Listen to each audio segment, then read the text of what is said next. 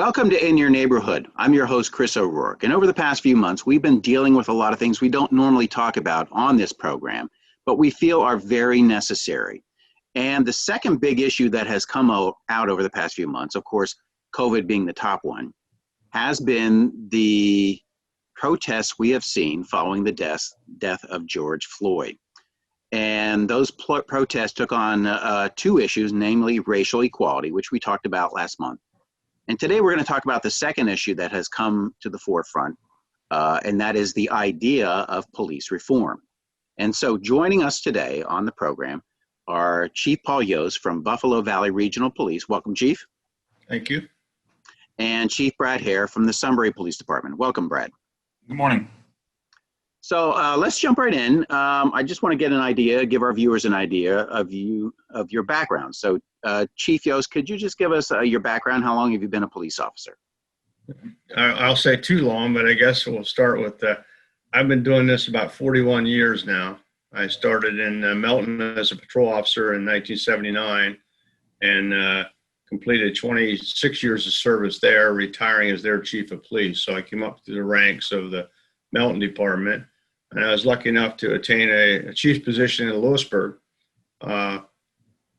almost the next day after I retired from Melton. And then in 2012, we worked and formed a regional department combining Lewisburg Police and East Buffalo Township Police Departments into one organization, Buffalo Valley Regional, which now covers those two jurisdictions of about 14,000 people. And I have 14 full-time and 3 part-time officers in my command. Brad, your background? I've been around for about 20 years. I started in the borough of Northumberland as part-time, got hired in Sunburg shortly thereafter. Started off in the patrol division, worked my way up into the ranks of corporal, was chief, went back down as corporal, and then came back in as chief last year. I have an eight-person department with one part-timer also. We're kind of in a rebuilding situation here because we've had a lot of turnover in the last 3 to 4 years. So I'm in a unique situation.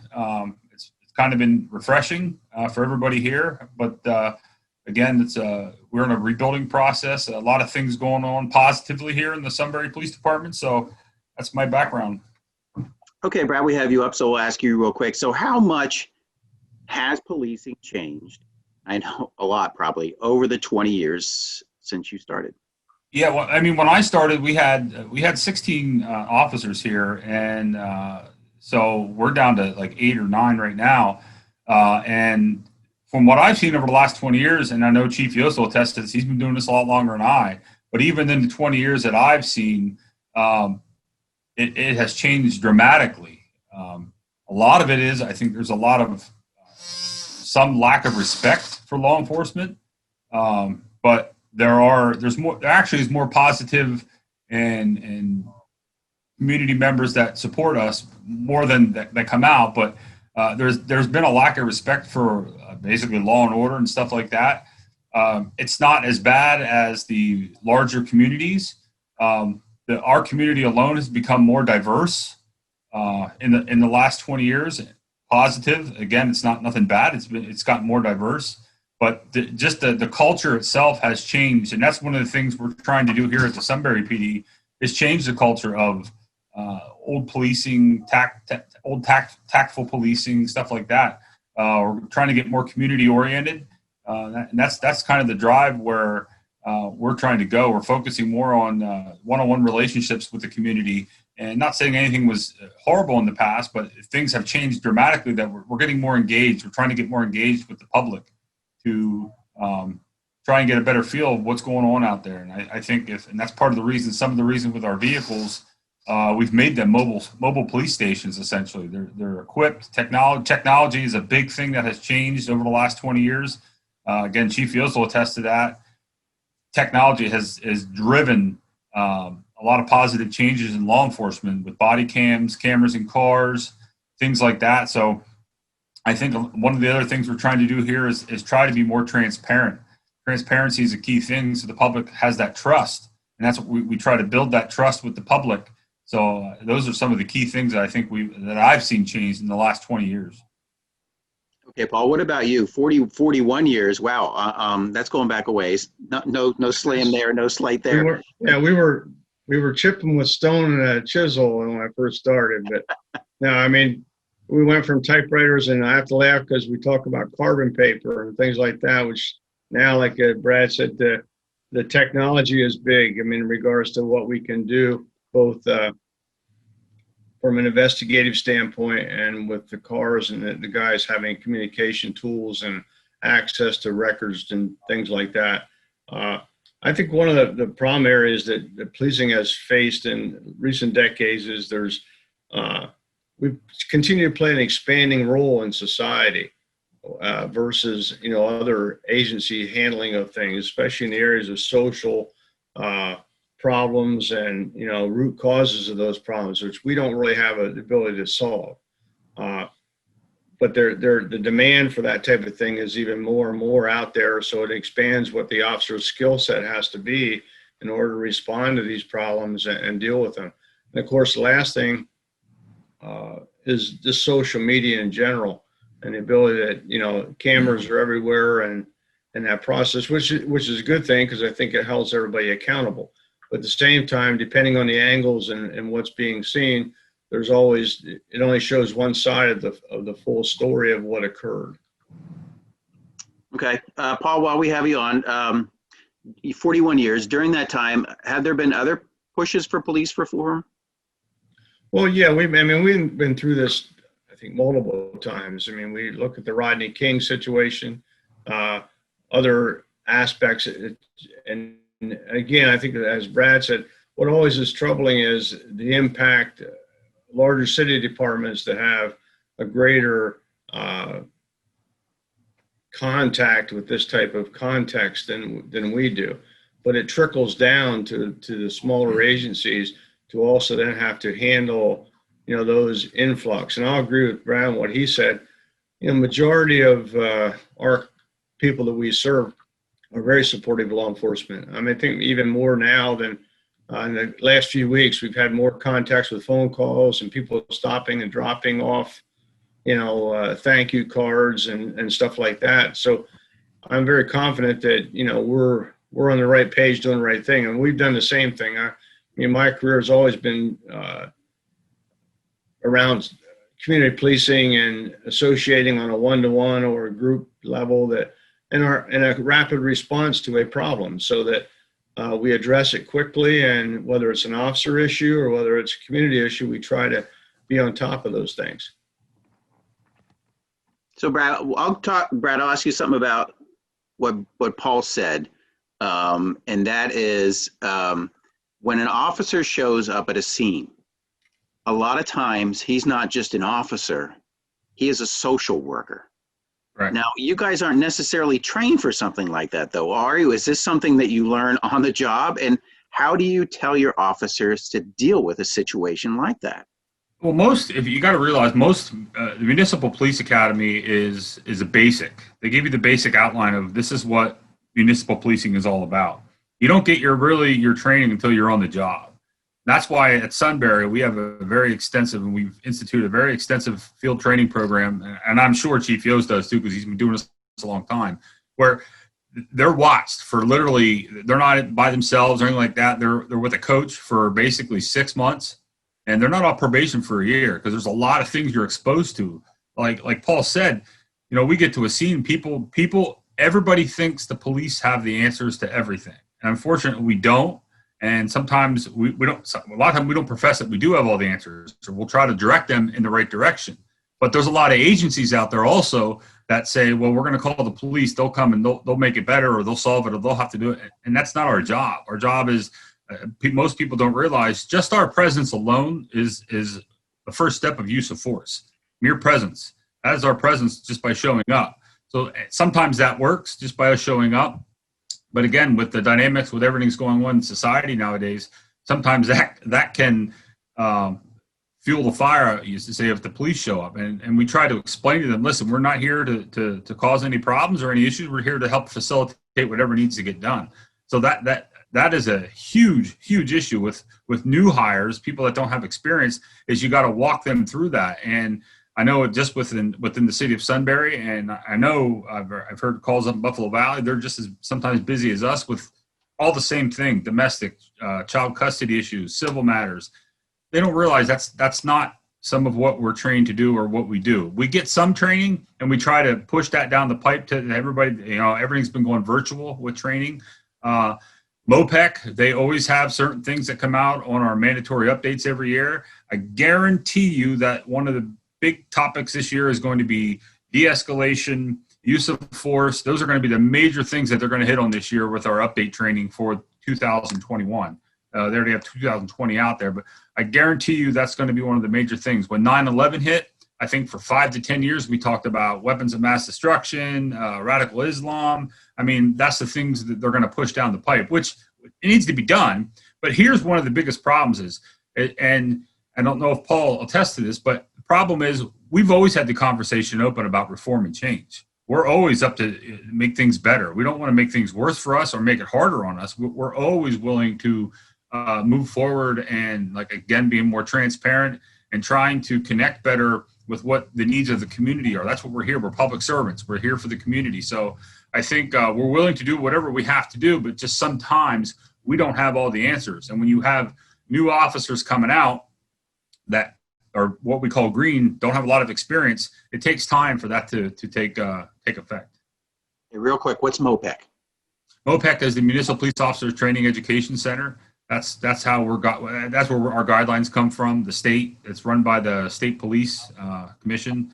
That's who basically trains and does all the municipal policing. Okay, Paul, let's move on to you real quick. Sure. When one of your officers shows up as a scene, a domestic, a child custody case, are there procedures in place so that the police officer is able to turn someplace for help? Yeah, I mean, we have matter of fact, a whole policy, probably a 10-page policy just on domestic response and domestic violence things. Like Brad said, I mean, there's a learning curve for new officers, but the seasoned guys know the process. And we work closely with Transitions, which is the organization that helps with domestic violence and those type of situations. We're involved with the STOP grant program, which helps to fund and assist us with training. They offer trainings at least once a year on some type of aspect of domestic violence. And so, yeah, I think we're pretty well geared up to handle that type of call. However, sometimes there's also civil issues involved, especially if there's, protection orders in place and property issues going on. Those are all things that people don't understand. They're outside the realm of law enforcement because they're civil. They're civil nature. It's just like landlord-tenant situations. We don't get involved. You go see the judge. It's a civil matter. It's not a police matter.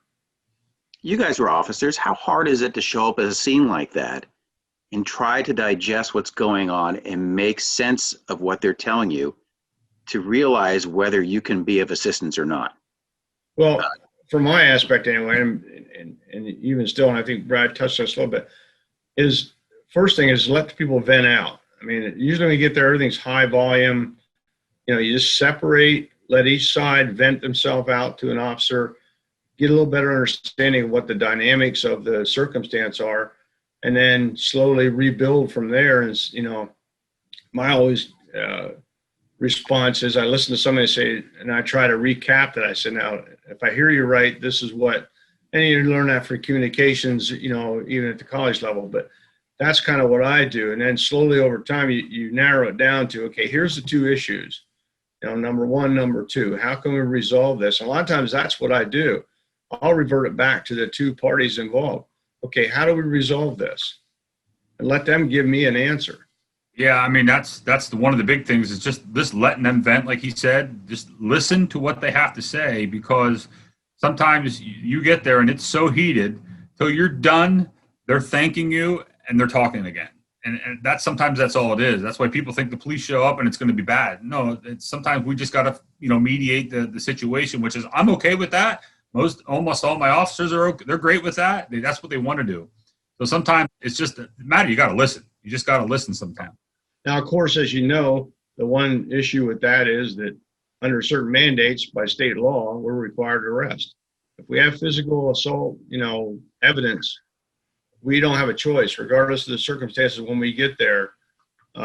Neither party wants something done. If we have that evidence, we're required by law now to intervene. And that's something that some people don't understand either. So, Brad, Chief Yost talked about police reform in the past, calls for police reform. What is it about this time that it seems like it might be different? Like there might actually be real police reforms, and Governor Wolf has signed laws, and we'll talk about them a bit. But what is it about this time that it seems like it might be different? Well, again, it comes down to the technology part of it with social media. It's just you're seeing more and more of the bad stuff come out.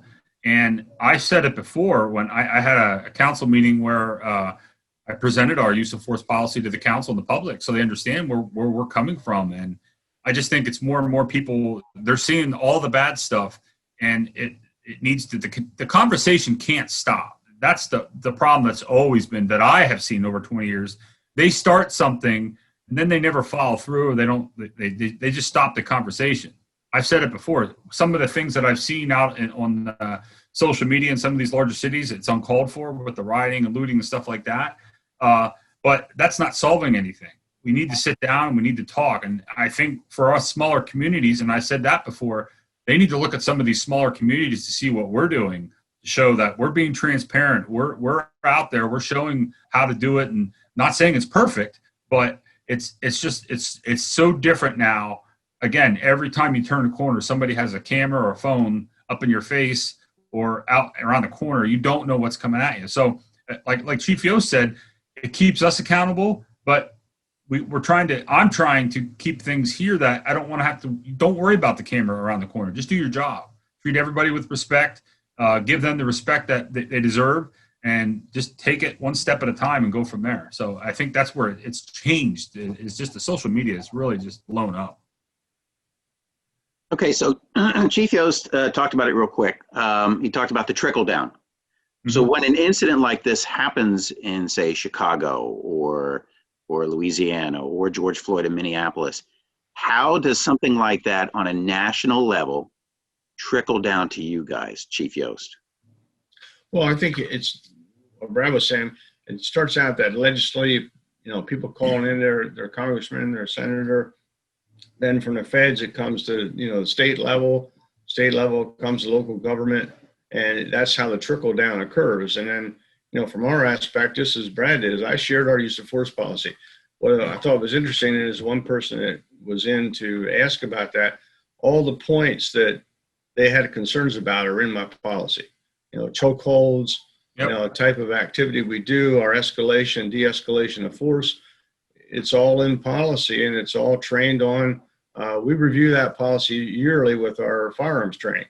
We go over that policy. This is the one that's very important because it's one of the ones that can get you jammed up really quick. So I think that that part of it is an important aspect. But the trickle down thing, I think, is a result of what Brad said. Is a lot of the media, they're seeing it over here and they're thinking, well, that must be everywhere. And that's what happens, is that they identify the badge with every badge. And that's the sad side of it.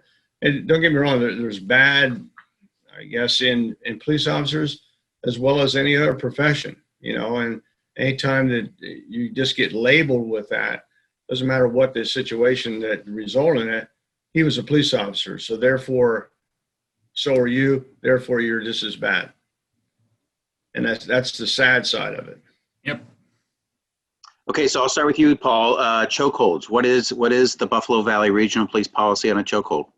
No use of chokeholds whatsoever. I mean, that's in our policy. The only time that, and I'll say this, our policy, there's one catch thing. If an officer's life is in jeopardy or, that type of thing, then there's no holds barred then. You do what you can to survive.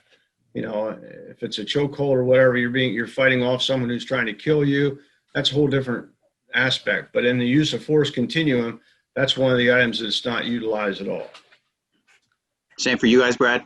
Yeah, same here. We don't utilize the chokehold. Again, it comes down to a life or death situation where, like he said, no holds barred to preserve somebody's life. I mean, it's not tolerated here at all.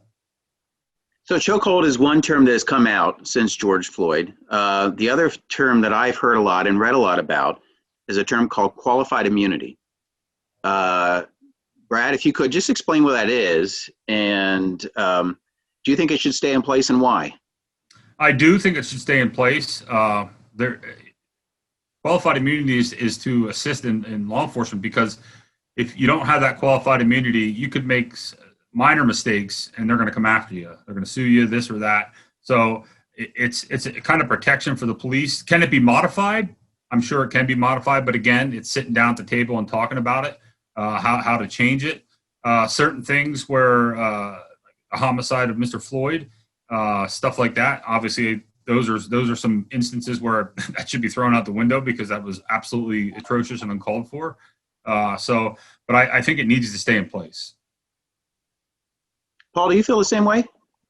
Yes, and I think, the big one in there is the reason that's in place is so that, officers don't have to second think what they're doing as long as they stay within. I mean, the doctrine basically is it's clearly established statutory or constitutional rights that are violated. If the plaintiff to something can show that occurred, then the qualified immunity doesn't apply. Out the window. But for day-to-day things, if you just make an oops, so to speak, you're not going to get sued over that because the qualified immunity, is in place for you.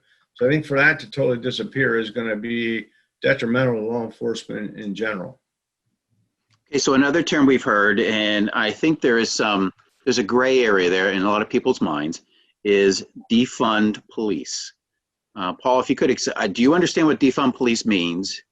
And what are your thoughts on that? What's your opinion on defunding police?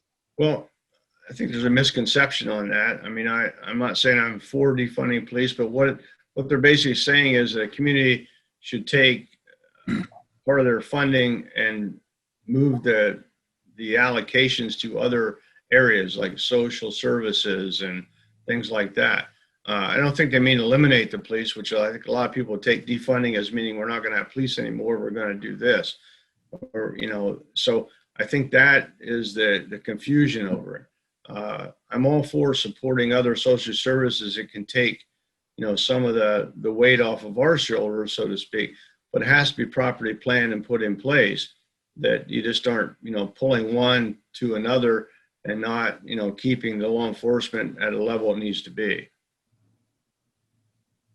So we did talk about trickle down, and one of the things that has come out since George Floyd and the protests, at least in Pennsylvania, is a new law that Governor Wolf signed. And Brad, if you could walk me through 2 provisions of it. You guys have now access to background, and there's mental health evaluations, correct? Those are 2 of the things that they added to it, but we've always had access when our applications come in that we get a sign-off, a waiver from the applicant that divulge into any of their backgrounds from any of their jobs, former jobs as a law enforcement, mental health evaluations. I mean, those are the things that's just background 101 you should be doing irregardless. And again, I pride ourselves in this area alone, just the General Valley, that a lot of our departments are already doing that. And that's why a lot of those things came out. And the mayor was like, did you see this, this, this, and this? And I said, yeah, we're already doing this A, B, C, and D. We already do all this. So it's nothing new for us here at Sunburg. And I'm 100% sure it's nothing new for Paul up in the Buffalo Valley. Chief Yost? Yes, I mean, absolutely. We have a civil service commission who oversees our hiring process from application point through the hiring date.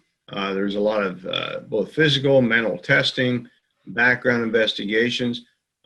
We reach out to every person, and then beyond that, we usually have I have one of my investigators assigned to, go out and find out everything you can about this person, good and bad.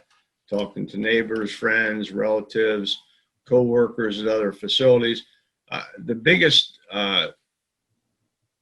plus to this is the ease on liability regarding other agencies providing information. That's one of the things. I mean, we've always run into that sometimes, and Brad may attest to this, that, you'll call an agency or try to talk to an agency. Well, we can't tell you anything about why he left. We just did he left, and there's some kind of sign thing or whatever. This may help us a little bit with that, where they're allowed to give you, his prior work records and his, any disciplinary actions that were made on him while he was in a law enforcement officer somewhere else.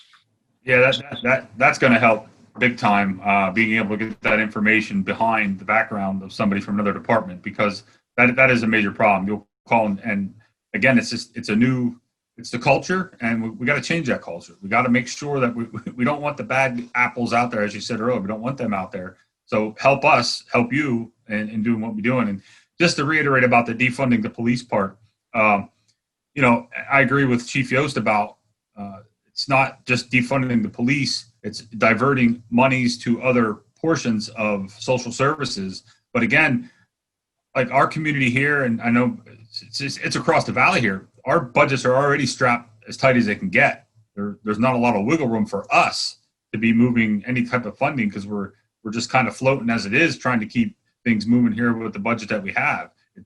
Most police departments across the nation, even across the Commonwealth, they make up a large portion of the municipality's budget. So to take money out of there, I kind of think it defeats the purpose. Yeah, one of the things I will add to that too, Chris, is unlike cities, larger cities of scale, our social services are either at a county or state level. Yep. So if you're going to, divert funding, it's going to flow from a state budget or a county budget, and they don't really support local law enforcement. Our budget for our operation of our department comes from the borough of Lewisburg and the township of East Buffalo, and neither one of those organizations have a social service element within them. So it's going to come from a higher level of budgetary process than it will from our local department's budget. Now, Brad, I'm a little different than Brad. We're a independent operation here, where I have a commission that oversees the operation department. So our funding is totally, everything that comes in here is used for police services. Whereas in a municipality like Brad, in addition to his services, he has the other things of streets and parks and rec and all that type of stuff is all budget line items. We don't have that here, but again, the social service side of it, at least from what I can think of, it's at a minimum county level, a lot of times state level. So you're sitting at home, Chief Yost, and you see George Floyd dying underneath a police officer's knee. As a police officer, what thought goes through your head? Well, I know as soon as I saw it, I knew where we were heading. I'm screaming, just get off the guy, get off his neck. I don't know what else. I mean, I knew just watching that the first time was just, I guess, lack of a better word, really peed off that this was occurring in this day and age. But again, I felt for the victim. And again, knowing that we were going to see the repercussions of this, and it just was a sad moment for law enforcement in this country. So, Brad, I know it's hard to speculate on this, but why does an officer engage in like a brutal arrest tactic like that? It's hard to say what's going through somebody's mind like that. I don't know if they're scared, unsure of themselves. It's tough. I know when I watched that video, I think I came right into the station, and the two officers that were working, they were like, what's going on? Like, I just went off. I'm like, I don't want to ever see this. And, I was so ticked off right then and there. Like Chief Yost said, I was absolutely disgusted. And I'm thinking, we're going to be dealing with this for a long time. We've been dealing with it for a long time, and now it's just going to get worse for us. So I can't answer what was going through that guy's mind. I don't know. But I don't know all the details from that officer's background, but there had to be signs. There was an epic failure somewhere at the top to not see something like that. I don't care if you're a large department or a small department. You've got to be able to see that and take action right away. See, this is where, in my opinion, or maybe I don't know, we'll see, where the qualified immunity comes in, because the officer involved in the George Floyd incident had been written up or had complaints against him dozens of times. So how does that red flag not make it into a system somewhere that says this guy's a problem?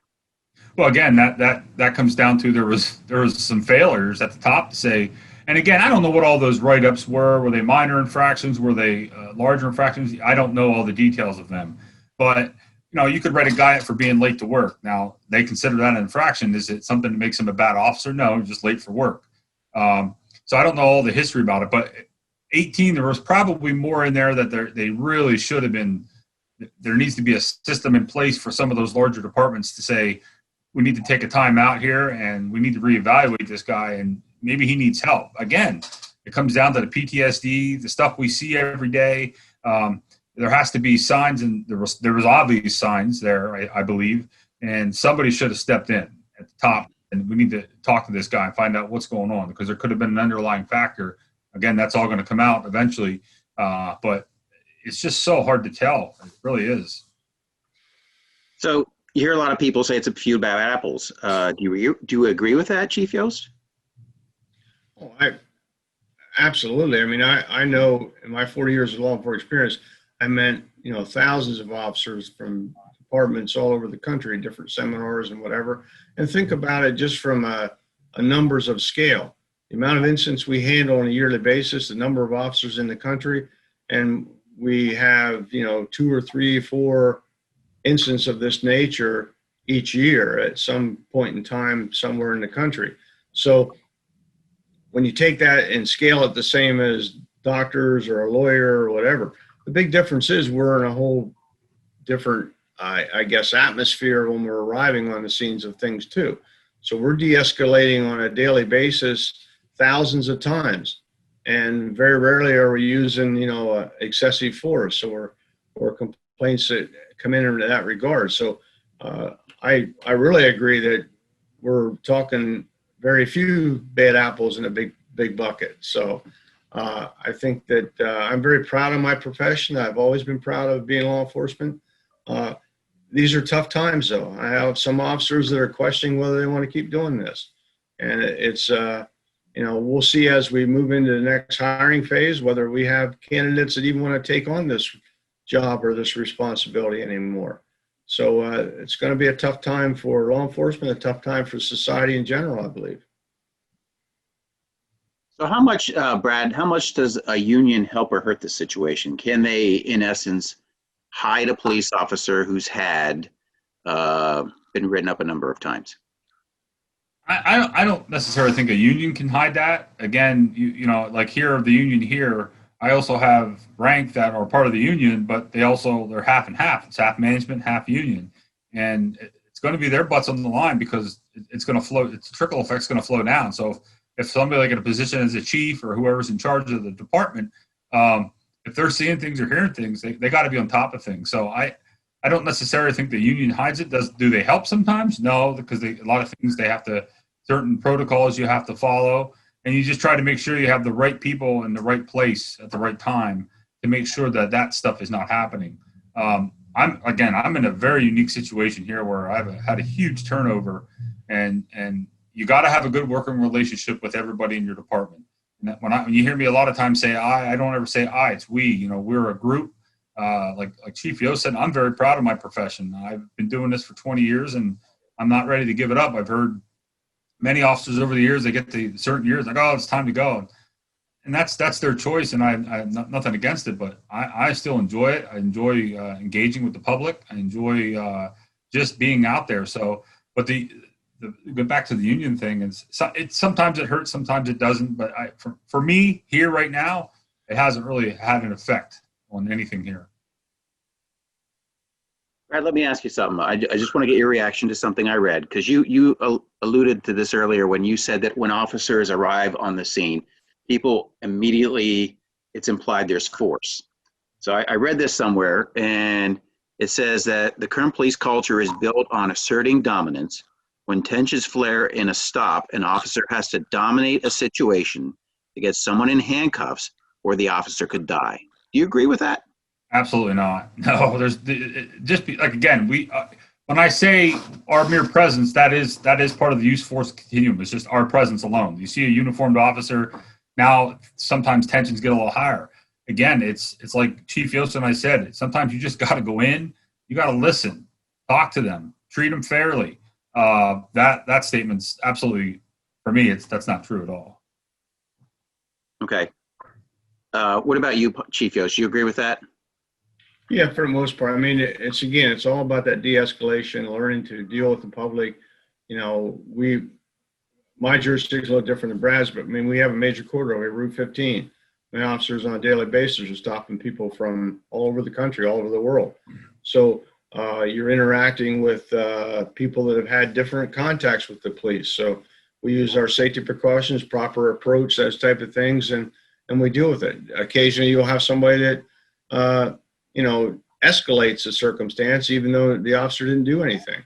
I face the same thing every year. As you know, we also service and have jurisdiction over Bucknell University's, not the campus per se, but the surrounding area of the campus is within my jurisdiction. So each year we receive about 1,000 new community members that have no idea what this police department's about. So we have to re-educate on a yearly basis. Some officers are pretty good at that educational process and de-escalation of those circumstances and whatever. So very pleased with that. I mean, we even try to interact with the members of the staff at Bucknell to try to fix these problems. Definitely in the areas of racial inequality treatments and things, we've done a lot in the last couple of years to try to improve that as best we can. So real quick, just a scenario here for you, Chief Yost. You pull someone over. As you approach the car, you see the driver is black. And a lot of the protests revolve around police officers' relationships with the black community. Do you handle the situation differently? Is there a bias issue in this area? Well, and I just explained this the other day to somebody. Officer sitting on Route 15 running speed and somebody goes by at 80 mile an hour, I guarantee he has no clue what the race of that person is when he pulls out to pull them over. So it's not like we're profiling a specific race or gender or anything like that. And I ran some numbers. We're less than about 14% of our contacts of all contacts with the public are non-whites. So, and I'm proud to say, I mean, since we started as a regional department, we've had only one complaint, and that was a student-related incident on campus for an arrest where we claimed that we profiled him as being of black descent, and that's the reason he was stopped. So over that whole time of thousands of stops and thousands of interactions, I think we've done very well to maintain that positive outlook on those type of areas. Brad, do you agree? Oh, 100%. Again, when you're stopping somebody for speeding, you're stopping them for speeding. I don't look at race, creed, or anything like that. That's not a factor at all. I mean, and that's what we preach here. I mean, I keep saying I'll pound it till it's in the ground tight, but everybody got to be treated equally. I don't care who you are, but you stop somebody, you're stopping somebody. There should have no bearing on it. Okay, let me ask you, I'm going to ask you about a couple recommendations. I'll get your opinions, both of your opinions on these. And this kind of ties into the qualified immunities. Should police disciplinary records be shielded?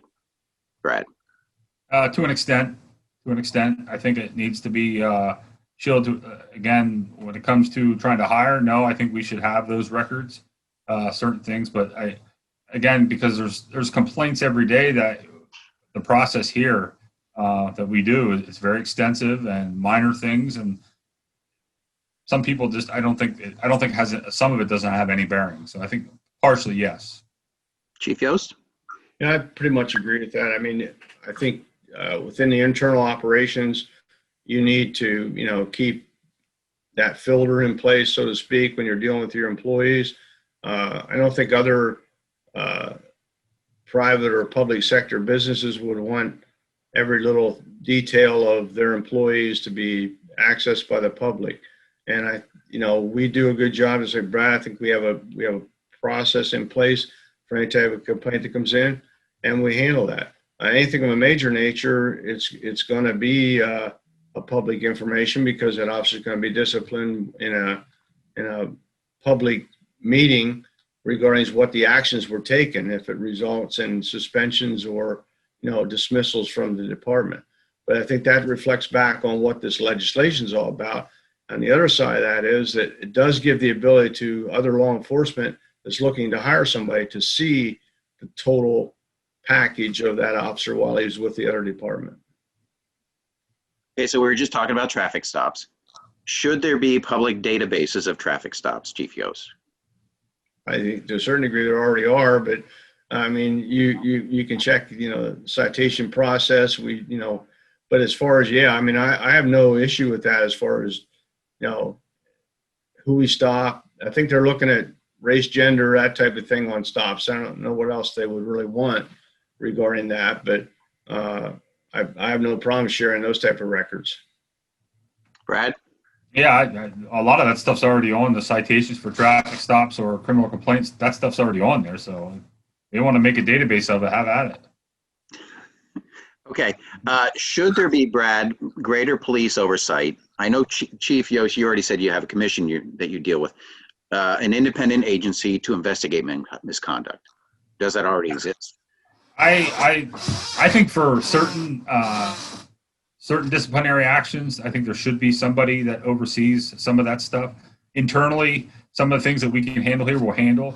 Obviously, if there's something so egregious that needs to be put out, I mean, I'm not opposed to saying, hey, we better bring somebody in to take a look at this, because I don't want to show any kind of favoritism. We don't want that perception that, oh, he's being protected or he or she's being protected. I don't think so. But for the most part, the disciplinary policy that we have in place here, it covers everything that needs to be done. And oversight, I mean, the mayor is starting he's trying to do like a commission to kind of oversee, kind of get like a relationship with our diverse community here. I think that's going to help us in the long run once we get that going. But to oversee every disciplinary action, I don't think that's necessary because of what we have in place here. Chief Yost, does your commission oversee stuff like that, or is it more of just like a budgetary commission? Well, I have two commissions. One is my regional police commission, which oversees budget and operations. Then my civil service commission, which oversees both hiring and disciplinary actions at a level that would be a suspension or removal from the department. I think the push here is that they want to have some type of community, I don't want to say commission, it's really more like a oversight committee that can address issues, and they want a diversified group of people, which I don't have a problem with, but I don't think that group should set policy. They can make recommendations or those type of things to the department or to the commission itself, but I think it's a responsibility of the elected officials to determine policy and procedures of an organization. Okay, I realize this is comparing apples and oranges to a certain extent, but you kind of, one of you said something along these lines about you do things differently on a smaller community police force than you do in a city. What do you think you do in your small community police force that maybe a city police force could learn from? Well, I'll just speak. I mean, I've never been to a large city department other than through trainings and whatever and talking to other officers. It is comparing, I think, an apple and an orange in regards to, I mean, you're talking calls to scale, officers to scale in regards to supervision. You take a department like New York City, I mean, you're talking, 100,000 plus employees at different levels of process in different jurisdictions and whatever. So I think that oversight probably becomes a lot more difficult. Where me, I'm on a first name basis with my guys. So I on a daily basis, I know what they're doing. They're going, these two guys are taking a fishing trip. This guy, you don't have that capabilities in a larger department as the chief. You have to rely on your your other supervisors to provide you with what's needed. Whereas, I can drive around my community and talk to people and get feedback and, phone calls. It's just a little different than what the challenges are for a large organization.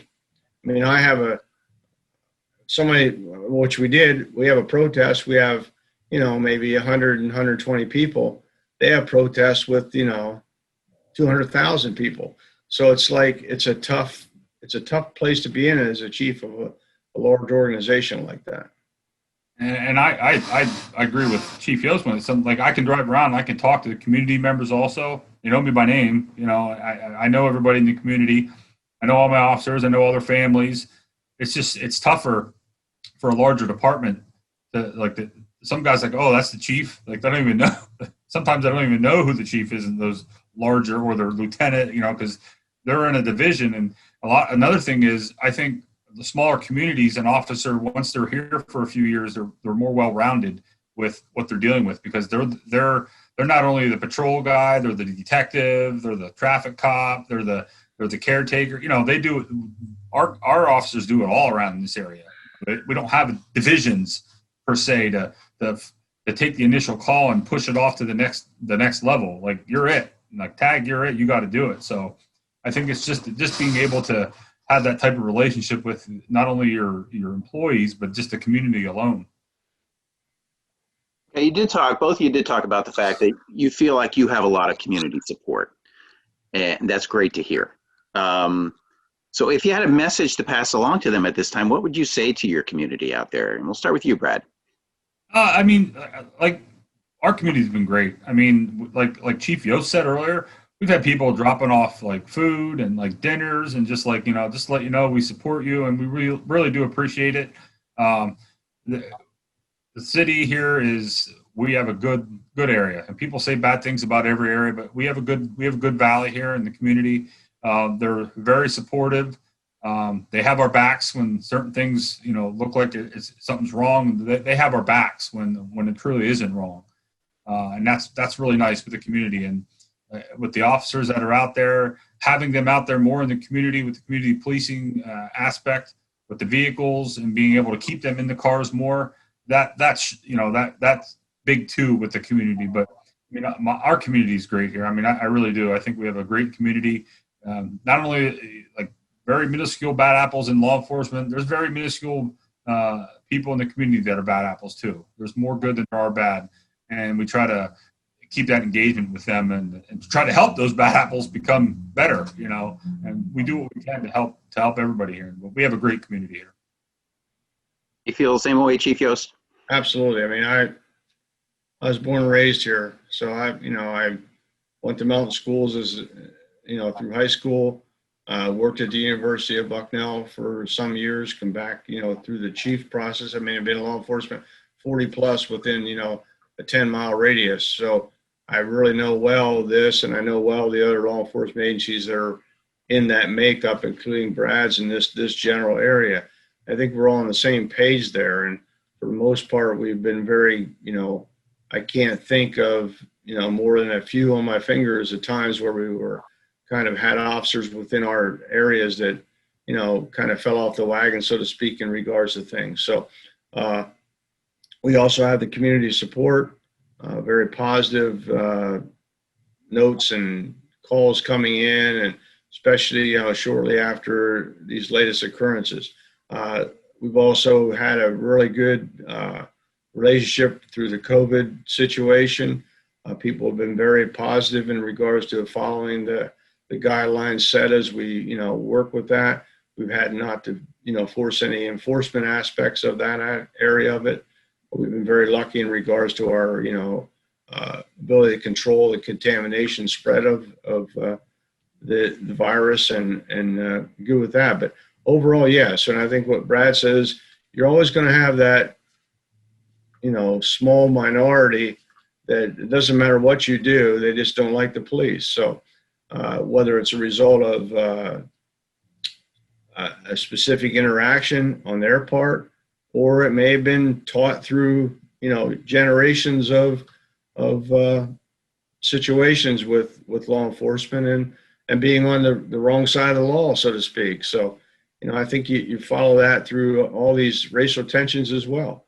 Some of that is hereditary in regards to not they're following what their father taught them, what their grandfather taught them, and it's difficult to break that chain. And sometimes that's what law enforcement has the ability to do, is to break that chain and give them the help they need to see the other side of situations. Okay, Paul Yost, Chief of Buffalo Valley Regional Police, Brad Hare, Chief of Sunburg Police, thank you very much for talking with us about this sensitive topic during a time when police departments across the country are under this scrutiny. So thank you very much, gentlemen, for your time today. Thank you. Okay, and that's going to do it for this episode of In Your Neighborhood, this special series, this special segment. We will continue to be dealing with COVID as we move forward. And if you have another topic you'd like for us to talk about, please send it along to me. I'm your host, Chris O'Rourke. Thanks for joining us, and we'll see you again next time. And please stay safe out there.